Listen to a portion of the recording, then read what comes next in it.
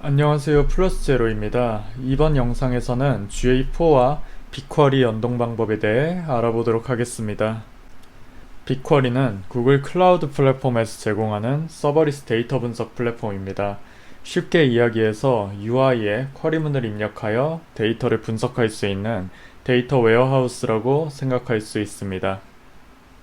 GA4와 빅쿼리를 연동하게 되면 GA4 데이터가 빅쿼리로 전송되는데요. 그럼 GA4에 수집되는 이벤트 하나하나가 빅쿼리의 테이블에 저장됩니다. 해당 데이터를 이용해 GA4 대시보드에서는 하지 못했던 분석을 진행할 수 있기 때문에 미리미리 연동하는 것이 좋습니다. 다만 빅쿼리와 GA4를 연동하게 되면 GCP에서 금액이 발생하게 되는데요. 저장 가격은 월 1GB당 0.02달러이며 스트리밍 삽입은 200MB당 0.01달러입니다. 또한 쿼리 비용도 존재하기 때문에 금액이 발생한다는 것은 숙지하고 있어야 합니다. 하지만 빅쿼리를 통해 GA4 데이터를 분석할 경우 생각보다 금액이 많이 발생하지 않을 가능성이 높으며 GCP 내에서 금액에 대한 모니터링도 가능하기 때문에 주의하여 사용하면 문제가 없습니다.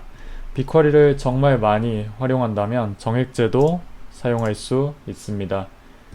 사용에 대해 금액 때문에 걱정된다면 전문가와 상담받으시는 것을 추천드립니다. GA4와 빅쿼리를 연동하기에 앞서 GCP에 프로젝트를 생성해야 합니다.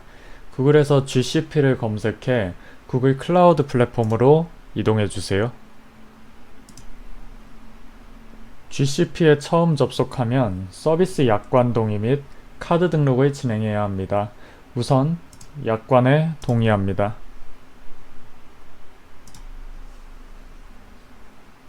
우측 상단에 활성화를 클릭합니다. 그럼 화면과 같이 정보 및 카드를 등록하는 화면이 나오는데요. 여기서부터는 3단계를 쭉 진행해 주시면 됩니다. 완료 후 GCP 메인 화면으로 돌아오면 My First Project가 만들어져 있을 것입니다. 좌측 상단에 My First Project를 클릭합니다. 우측 상단에 새 프로젝트를 클릭합니다. 프로젝트 이름을 GA4를 집어넣어 원하는 형식대로 구성합니다. 이 부분은 자유이기 때문에 기존에 있던 My First Project를 활용해도 되고 GA4를 위한 프로젝트를 하나 생성해도 상관이 없습니다. 완료되었다면 만들기를 클릭합니다. 프로젝트가 생성 완료되었다면 좌측 상단에 My First Project를 클릭해 새로 만든 프로젝트를 클릭합니다. 이제 GA4의 관리 화면으로 이동해 스크롤을 아래로 내린 뒤 빅쿼리 링크를 클릭합니다. 우측에 연결을 클릭합니다. 연결 설정은 총 3단계로 구성되어 있습니다. 우선 프로젝트 선택 단계인데요. 우측에 빅쿼리 프로젝트 선택하기를 클릭합니다. 만들어 두었던 프로젝트 이름을 선택한 뒤 우측 상단에 확인을 클릭합니다. 그리고 데이터 위치를 국가에 맞게 설정한 뒤 다음을 클릭합니다. 참고로 국가를 설정할 때는 데이터 보호법 때문에 GA4가 설치되어 데이터가 수집되고 있는 국가를 선택하는 것이 좋습니다. 해당 GA4가 미국 사이트에 설치되어 있다면 미국을 선택하는 것이 좋습니다. 다음으로 설정 구성입니다. 우선 데이터 스트림 및 이벤트를 통해 빅쿼리에 수집될 데이터 스트림이나 이벤트 필터 등을 설정할 수 있지만 이 부분은 전부 수집해야 되기 때문에 건들지 않겠습니다.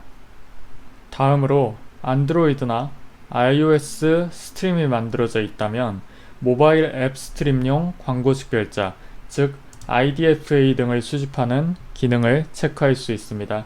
해당 기능을 체크하면 빅쿼리로 모바일 광고 식별자를 수집할 수 있습니다. 회사 내부 규정에 따라 IDFA가 개인정보로 분류되지 않는다면 체크하는 게 좋습니다. 마지막으로 빈도입니다. 메일과 스트리밍이 있는데요.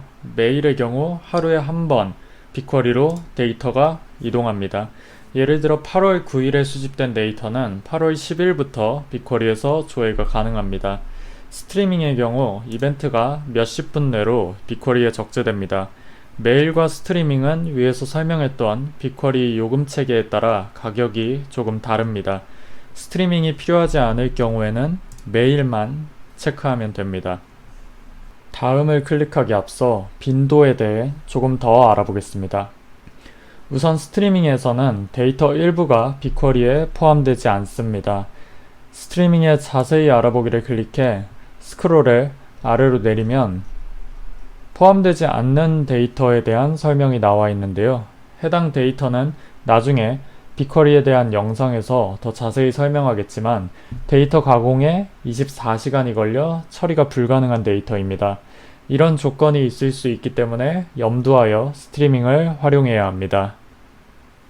또한 GA4 360, 즉 유료 버전과 무료 버전의 한도 차이가 있습니다. 나중에 한도에 대한 영상은 정리해서 올리도록 하고 오늘은 빅쿼리 부분만 살펴보겠습니다.